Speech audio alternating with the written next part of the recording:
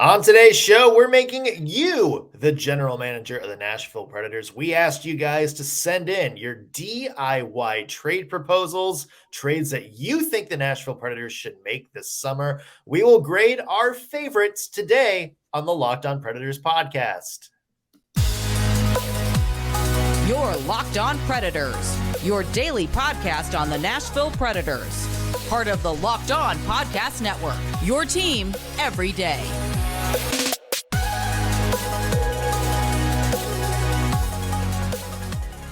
Thank you for making the Locked On Predators podcast your first listen of the day every single day. We are your free daily Nashville Predators podcast, part of the Locked On Podcast Network, your team every day.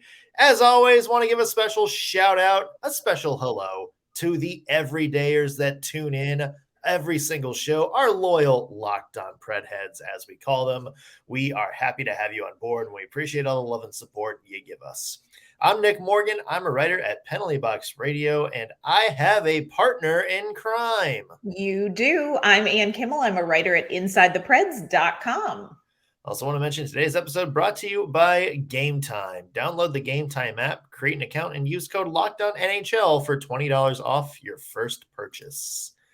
Today is Ann Kimmel's favorite show. The favorite type of show is she is aggressively shaking her head. No. Not only do we have extensive contract talk, but we get to talk about you guys potentially shipping out some of your favorite Nashville Predators players.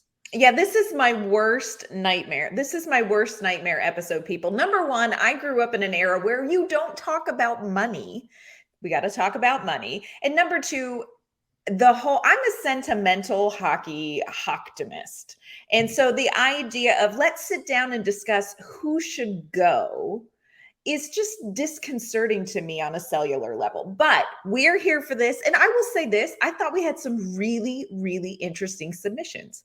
I thought this was really interesting. I loved what some people proposed. Some other proposals made me want to cry. Yeah. There is a lot of trade Juuse Saros and a first-round pick for Leon Draisaitl. Those kind of picks that we're not going to get to. We're just going to say no. That's a bad offer. Yeah. But there are some good ones out there. Before we get to that, though, Ann, a bit of Preds news. Yeah. The Nashville Predators have hired Derek MacKenzie as the new assistant coach, a guy who seems to be very familiar with a lot of people in the Preds organization, Ann.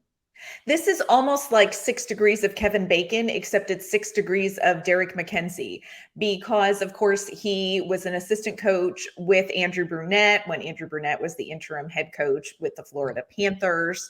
And was an assistant with him. And yes, and was an assistant with him. So they go back a ways. He was coached by Dan Highnote and Todd Richards. He was a player with Ryan Johansen, and in the OHL, he was teammates with Mike Fisher. Oh. So, I mean, welcome home, Derek MacKenzie. All your friends are here. Yeah. Well, welcome to the organization. That's right. Yeah, I mean, this is a guy. First off, if the name sounds familiar, it's because it's the Derek MacKenzie who played 16 seasons in the NHL, sort of. Former captain of the Florida Panthers. Yeah, I mean, it seems like Andrew Brunette is going for a little bit of familiarity there, not just some guy who used to coach with him, but also is quite familiar with some other people on the staff as well. So it seems like Brunette and Barry Trotz kind of going for like the synergy outlook. Yeah. Don't know like much about, what Derek MacKenzie does as a coach, like what his specialty is, if he's like a special teams guy or like an offensive forward, that kind of thing. But it's good to have just, I think, a familiar voice on the coaching staff when you're trying to put your staff together. Yeah, I really think this will be an interesting hire. And again, connections is a big thing. Connection was a big thing. Relationship was a big thing with the Andrew Brunette hire to begin with. I think Barry Trotz feels really comfortable with everything he knows about Brunette. And I think that same hiring philosophy helped lead to this Derek MacKenzie hire as well. I will say this is the only hitch in my giddy up about this is no Carl Taylor. Yeah. Kind of was hoping we could do like a little, online meetup. I know they don't, that Carl Taylor and Andrew Brunette don't have the history that MacKenzie and Brunette have.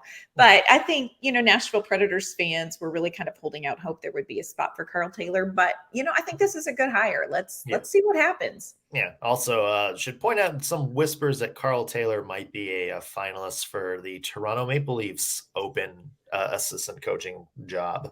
Would that not be an incredible gig? Yeah, absolutely. Depends on which way you look at it. Well, that's true. Yeah.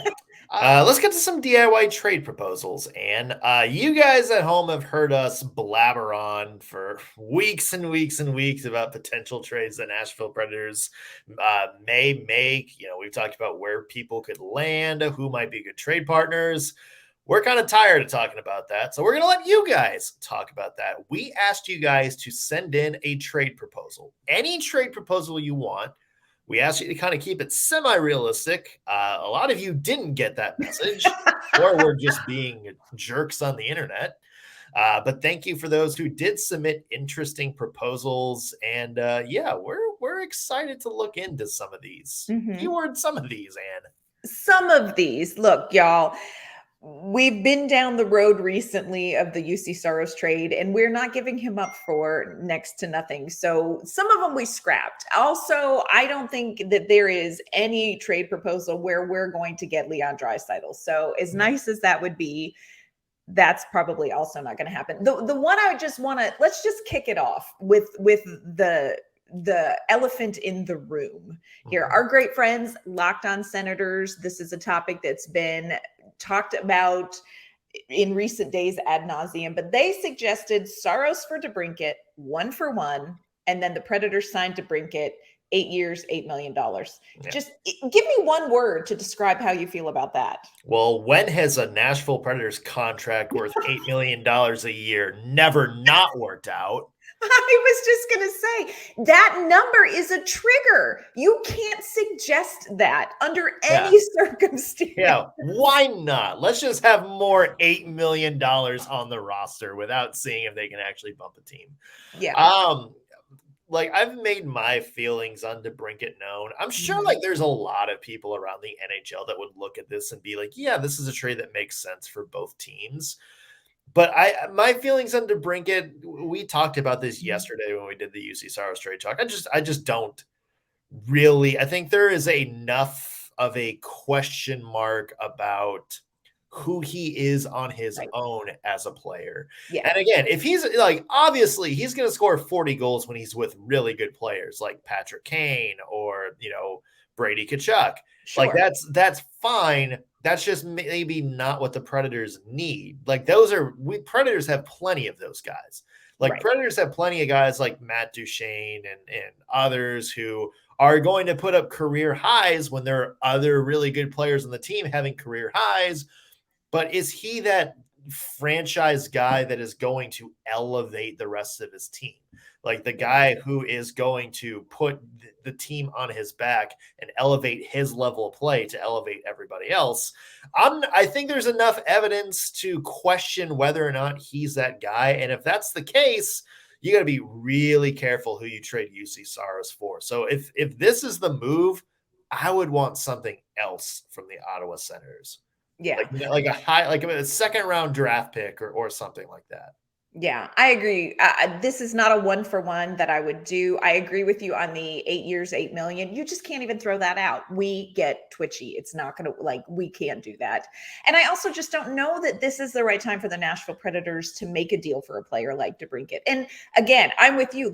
He could be a great addition, but I don't know that the Predators necessarily know for sure. And I don't know that they necessarily need that right now. So for me, love our Locked On Sens friends. This is going to be a pass for me. It's a no for me, dog. Yeah. There's a couple of other DeBrincat trades that don't involve Juuse Saros. This one comes from Chatta Drummer on Yes. Twitter. Ottawa gives Nashville DeBrincat, Mm-hmm. the 2023 4th-round pick, Mm-hmm. and the Preds give Ottawa Fedor Svechkov, Yeah. a 2023 2nd-round pick, and Ryan Johansen. This one, I thought, okay, now we're talking some serious things. If we're gonna do some sort of Alex DeBrincat thing, DeBrincat in, Johansen out. I don't know whether. Do you think Ottawa would really take Johansen without the Predators retaining some salary for 2 Probably, seasons? I would say you'd probably want a couple million retained there, and Yeah. that's not something I'm sure the Predators want to do, even if it is for 2 more years. Mhm. Yeah, I mean, there's some Ottawa fans that chimed in, and it's like that's just doesn't really do it for them. Like they would want Tomasino or Evangelista over Svechkov.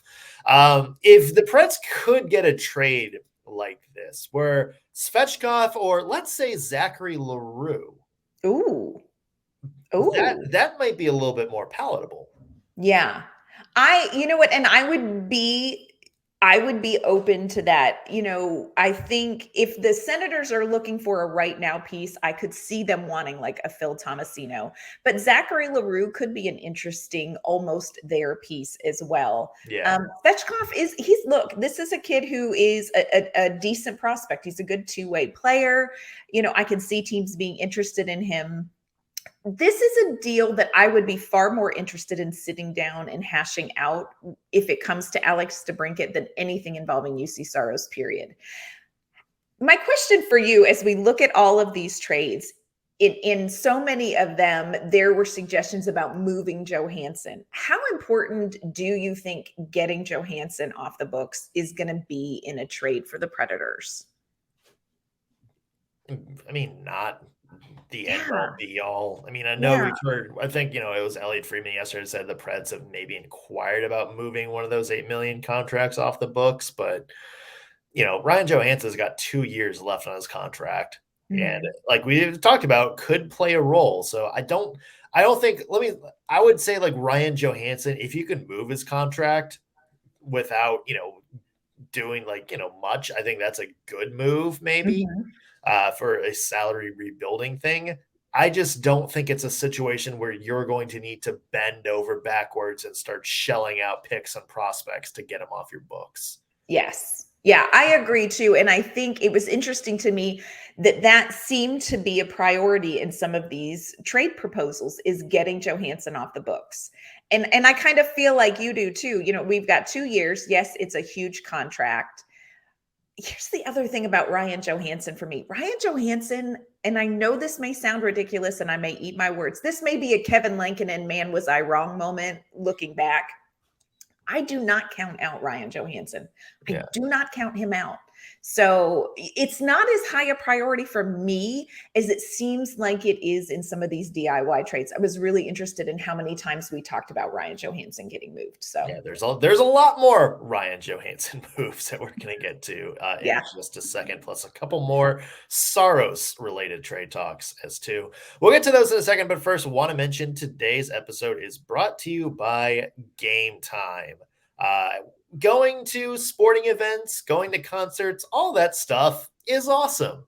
Buying tickets for those things, that kind of sucks. There's all kinds of fees. You don't know where your seats are. You're having to check 3 different sites to see like which site has the lowest price. It's stressful and it's not fun, and it kind of ruins the experience. Don't let that happen to you. Use the Game Time app. The Game Time app is the fast and easy way to get tickets for all of the great sports, music, comedy, and theater events near you. They got killer deals on last-minute tickets and their best price guarantee, which means you can stop stressing over tickets and start getting hyped for the fun you'll have. There's a reason Game Time is one of the fastest growing ticketing apps in the country. And that's because you don't need to plan months in advance. You can get deals on tickets right up to the day of the event. They got flash deals on tickets for football, basketball, baseball, hockey, concerts, comedy, theater, and more. And the Game Time guarantee means you'll always get the best price. If you find tickets in the same section and row for less, you will get 110% of the difference credited to you by Game Time. Plus, they give you pictures of your seats so you know exactly where you're going to sit, and you get your tickets to your phone in a matter of seconds. Just 2 taps and you're all set. So snag the tickets without the stress with Game Time. Download the app, create an account, and use code LOCKEDONNHL for $20 off your first purchase. Again, terms apply. Create an account and redeem code LOCKEDONNHL for $20 off. Download Game Time today. Last minute tickets, lowest price guaranteed. All right, Anna, more trade proposals to talk about today. Some more from Ryan Johansen. This one comes from Ray Ballanger on YouTube. Here is his talk. Kind of laughing already. He says Ryan Johansen and number 15 pick to Vancouver for Connor Garland, Tyler Myers, and the number 11 pick. His logic, Vancouver needs a third-line center and cap space. The Preds move up and lose a player who does not fit Brunette's system. Vancouver, with all this moving on, gets an extra almost $3 million in cap space. Can I start with the elephant in the room? I mean, why not? It seems like Nashville loses $3 million in cap space. Yeah, and while the Predators have cap space, let's not be wasteful. Yeah. Yeah. I don't know that this one works. I mean, I guess the piece of it is Connor Garland, who had 52 points 2 seasons ago with Vancouver, but only 46 last year.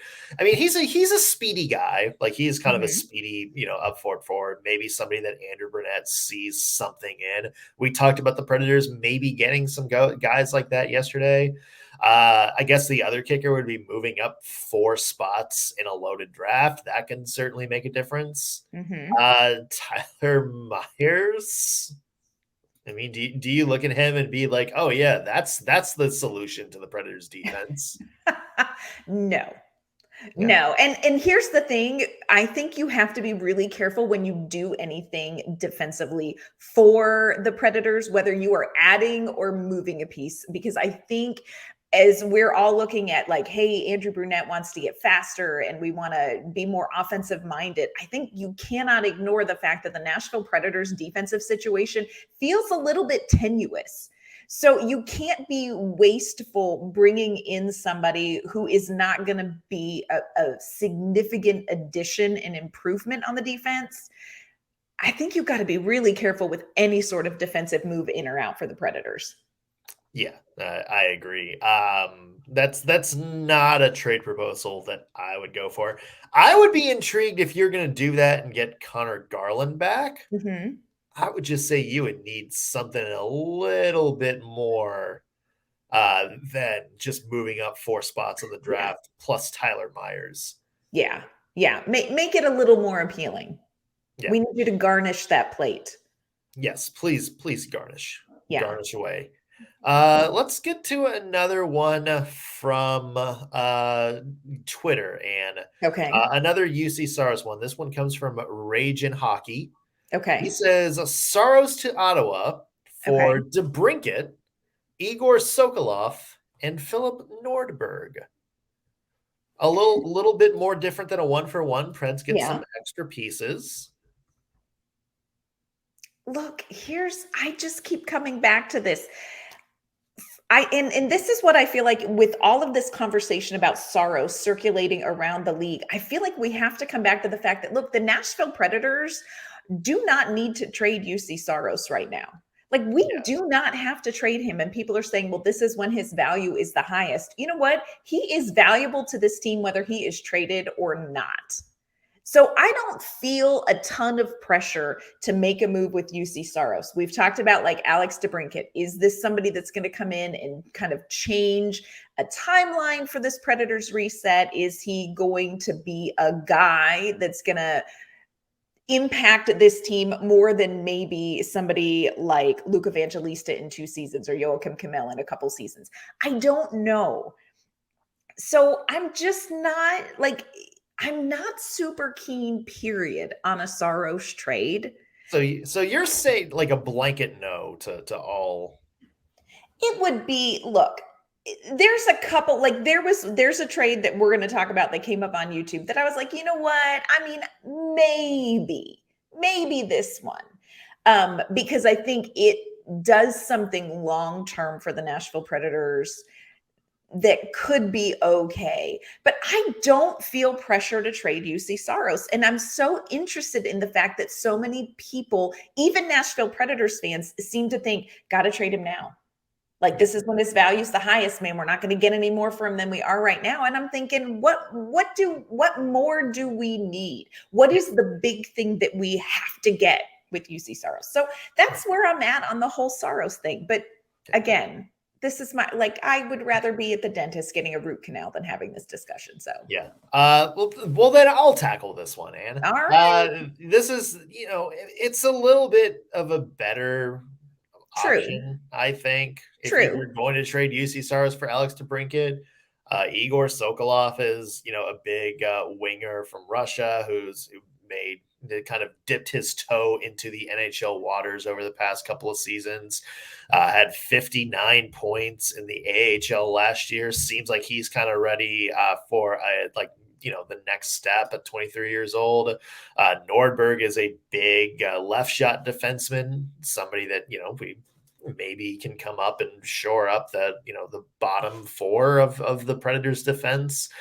I mean, but those are the kind of trades that I look at and I'm like, okay, like they get Alex DeBrincat, he's the main return, but you're also getting like a couple of not home run pieces, but a couple of pieces that you could realistically develop into decent players long term.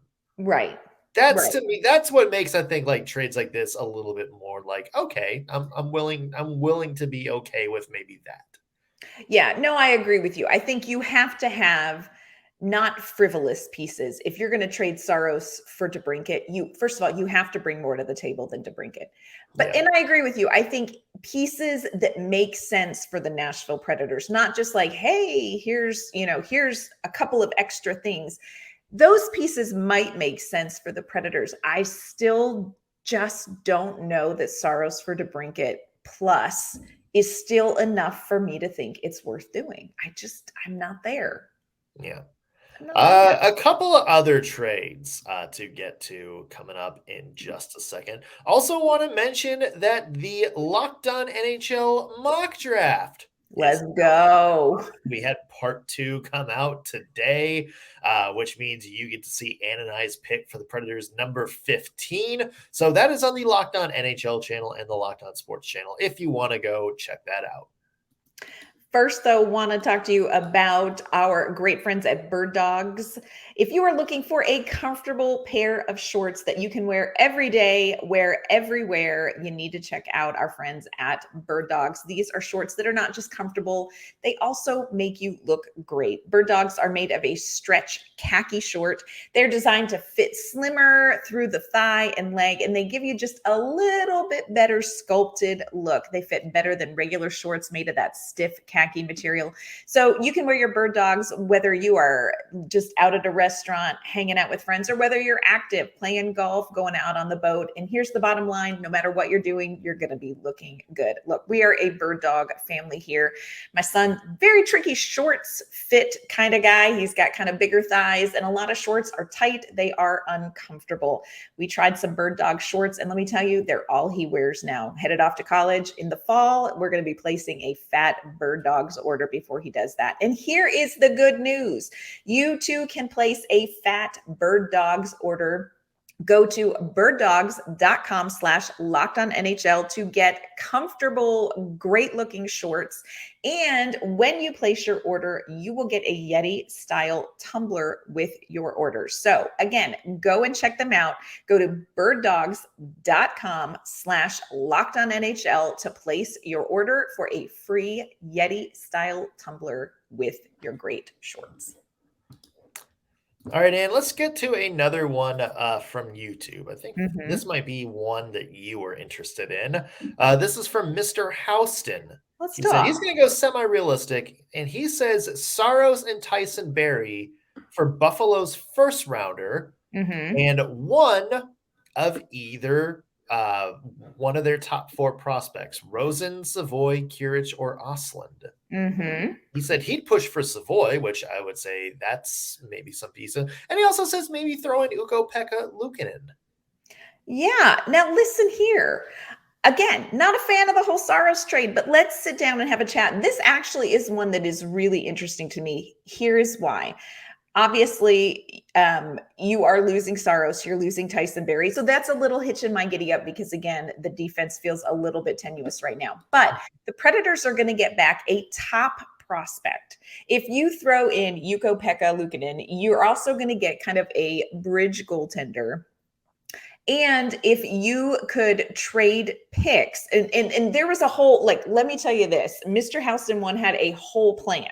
Like, this was a well thought out plan because you could then trade some picks, move up in the draft, all kinds of, like, this was a whole like diagram on the wall with threads. But I'm interested in this one a little more than some of the other ones. The only hitch in my giddy up is the Predators are going to have to find a team that would be willing to swap a top 10 pick for a 13 and 15 pick combination, which I do think would be doable.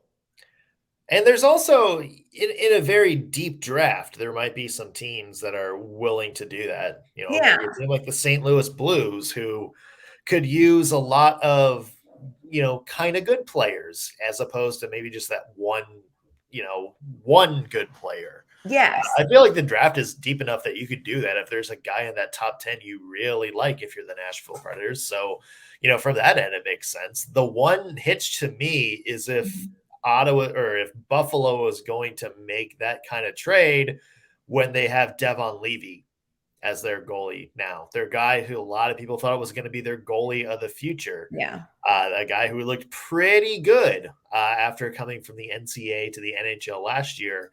Are they going to make a trade for another franchise goaltender, or at least are they going to break the bank for a Juuse Saros type goaltender when they may very well have one?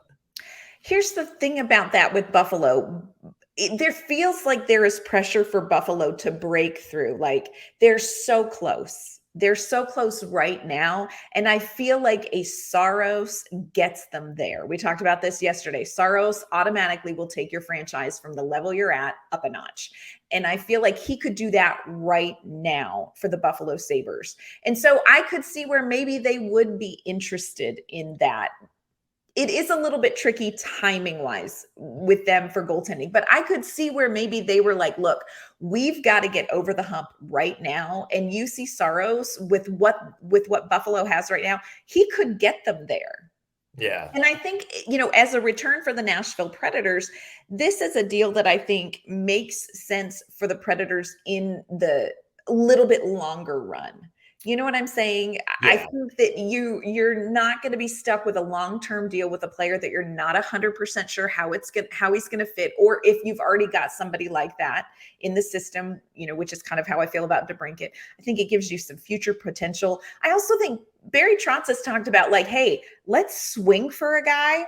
If there's a top 10 guy that Barry Trotz is like, let's swing for a guy who gets people out of the seats, who's exciting, who, you know, kind of generates some buzz. This could be an interesting deal. Yeah. Like if you get like this, like Savoy or somebody like that. Yeah, absolutely. Again, like the big thing would be, would Buffalo go for that? But if you're the Nashville Predators, yeah, like this is kind of a trade that you look at and go, that's kind of what I expect from a Juuse Saros trade. Yeah, this is the deal. This is the thing, you know, where I feel like the Predators would go, you know, we don't have to trade Juuse Saros, but I could see where something like this could set us up in a pretty good position if we did. Look, we don't have to trade Juuse Saros, and I think that's what we have to keep coming back to when you hear all these trade deals. The Predators don't have to trade the guy, but this is an offer that would make that a little bit interesting, a little bit more tempting to me. Yeah. Here's one more. I think we got time for one more, Anne. This is something that's just completely off the wall. This comes from Glenn Spinner. Okay. On Twitter. Yep. Both first-round picks, number 15 and 24, to Arizona for Clayton Keller. Okay, this one I have to say was a little bit like when you first start reading that and you say both first round picks, I'm like, check out. Mama's out. Yeah. I'm done. But then you read the rest of it and you think, now wait a second here.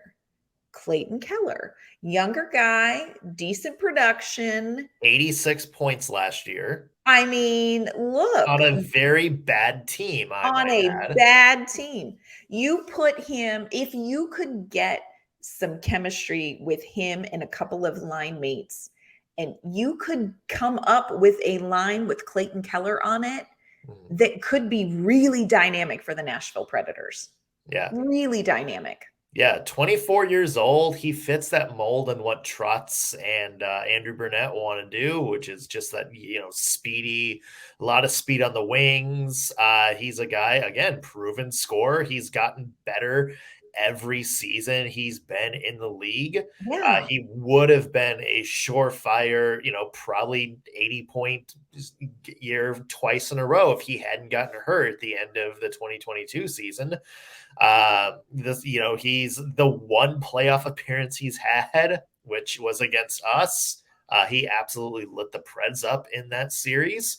And again, like you put him again, he's doing this, like he's putting up these numbers on a very, very bad Arizona team. Right. Just imagine what he can do maybe if he's on a good team.